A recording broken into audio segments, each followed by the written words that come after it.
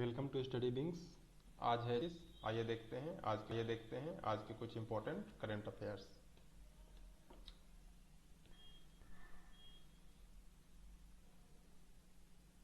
आज का वायुसेना के लिए कितने LCA तेजस लड़ाकू विमानों की खरीद को मंजूरी दी गई है? इसका ऑप्शन है 85, 81, 89।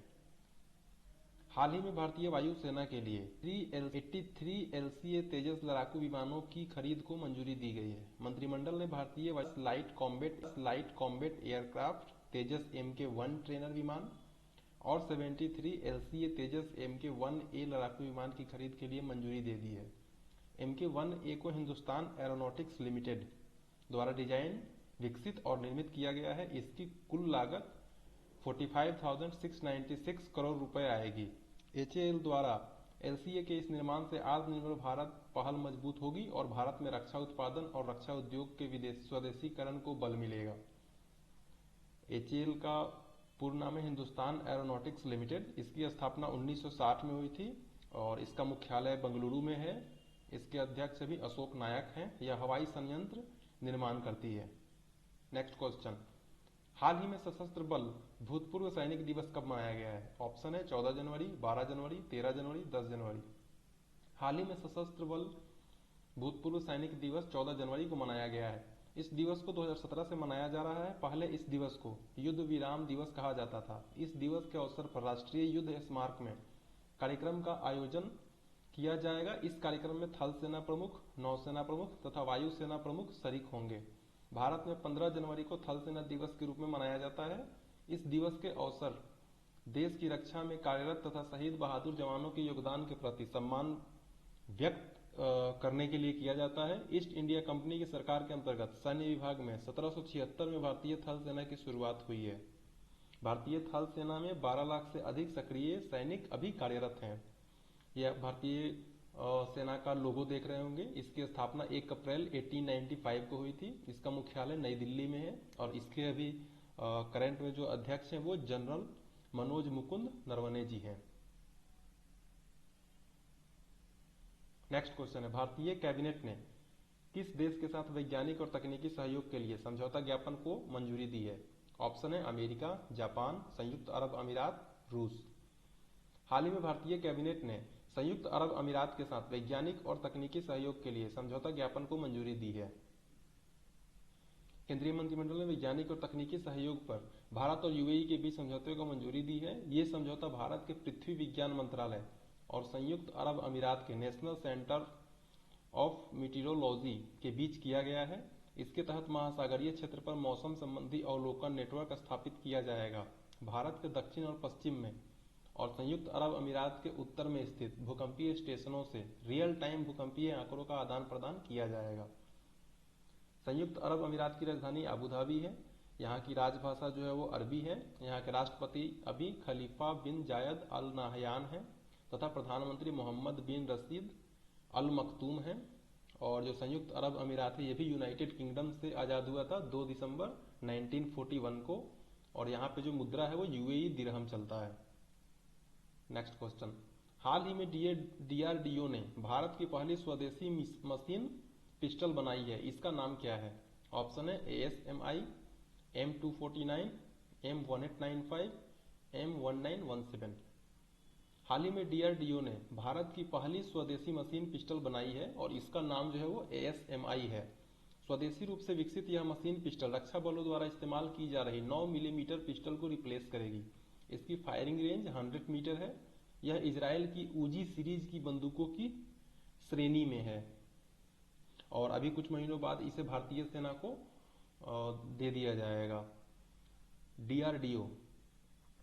DRDO की स्थापना 1958 में हुई थी। इसका मुख्यालय जो है वो नई दिल्ली में है और इसका जो आदर्श वाक्य है वो है बलस्य मूलम विज्ञानम और इसके चेयरमैन जो है वो है डॉक्टर G सतीश रेड्डी। और DRDO का जो नियंत्रण जो है वो केंद्रीय रक्षा मंत्रालय के तहत आता है। नेक्स्ट क्वेश्चन, हाल ही में किस विभाग ने टैक्स चोरी की शिकायत दर्ज करने के लिए पोर्टल लॉन्च किया है? ऑप्शन है CBDT, CBI, ED, NIA। इसका आंसर होगा CBDT। इस पोर्टल के लॉन्च के बाद लोग अब विभाग की ई फाइलिंग वेबसाइट पर कर चोरी की शिकायत दर्ज कर सकते हैं। इस पोर्टल के जरिए लोग ओटीपी आधारित सत्यापन प्रक्रिया के माध्यम से अपनी शिकायत दर्ज करा सकेंगे। सीबीडीटी का फुल फॉर्म है central board of direct taxes. CBDT की स्थापना 1944 में हुई थी। इसकी मुख्यालय नई दिल्ली में है और इसके चेयरमैन प्रमोद चंद्र मोदी हैं। नेक्स्ट क्वेश्चन, किस मंत्रालय ने कायाकल्प पुरस्कार की घोषणा की है? ऑप्शन है रक्षा मंत्रालय, गृह मंत्रालय, स्वास्थ्य मंत्रालय तथा रेल मंत्रालय। इसका आंसर होगा स्वास्थ्य मंत्रालय। यह पुरस्कार स्वास्थ्य और परिवार कल्याण मंत्रालय द्वारा स्वच्छता के उच्चतम मानकों वाले स्वास्थ्य केंद्रों को प्रतिवर्ष प्रदान किया जाता है। एम्स भुवनेश्वर को लगातार तीसरी बार स्वच्छता के लिए श्रेणी बी के तहत सर्वश्रेष्ठ केंद्रीय सरकारी अस्पताल का पुरस्कार दिया गया है। Jawaharlal Nehru institute of post graduate medical education and research ने ग्रुप ए सेंट्रल सुविधाओं के तहत 1000 से अधिक बेड वाले अस्पताल की श्रेणी में यह पुरस्कार प्राप्त किया है। यानी कि ग्रुप ए में जो मिला वो Jawaharlal Nehru institute of post graduate medical education and research group को मिला है और ग्रुप बी के लिए जो मिला है वो एम्स भुवनेश्वर को मिला है, जो कि लगातार तीसरी बार उसे मिला है। और मयूरभंज जिले के रायंगरपुर सब डिविजनल अस्पताल को सर्वश्रेष्ठ सब डिविजनल अस्पताल यानी कि सब डिविजनल अस्पताल की जो कैटेगरी है उसमें मयूरभंज जिले के रायरंगपुर सब डिविजनल अस्पताल को दिया गया है।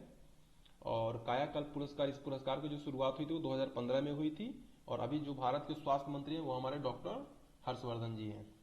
नेक्स्ट क्वेश्चन, हाल ही में जारी हुरून ग्लोबल 500 सूची में भारत के कितने कंपनियों को शामिल किया गया है? ऑप्शन है 14, 11, 16, 10। इसका आंसर होगा 11। इस रिपोर्ट के अनुसार 11 निजी भारतीय कंपनियों को दुनिया की 500 सबसे मूल्यवान कंपनियों की सूची में शामिल किया गया है। इस सूची में 11 कंपनियों के साथ भारत 10वें स्थान पर है। इस सूची में भारतीय कंपनियों की सूची में रिलायंस इंडस्ट्री सबसे ऊपर है। जैसे मान लीजिए कि भारत में कुल 11 कंपनियों को लिस्टेड किया गया है इस 500 में, तो इन 11 में जो सबसे ऊपर है वैल्यू के हिसाब से वो रिलायंस इंडस्ट्रीज है और इस सूची में दूसरे नंबर पे जो है वो भारतीय कंपनी जो है टाटा कंसल्टेंसी सर्विसेज है। Next question,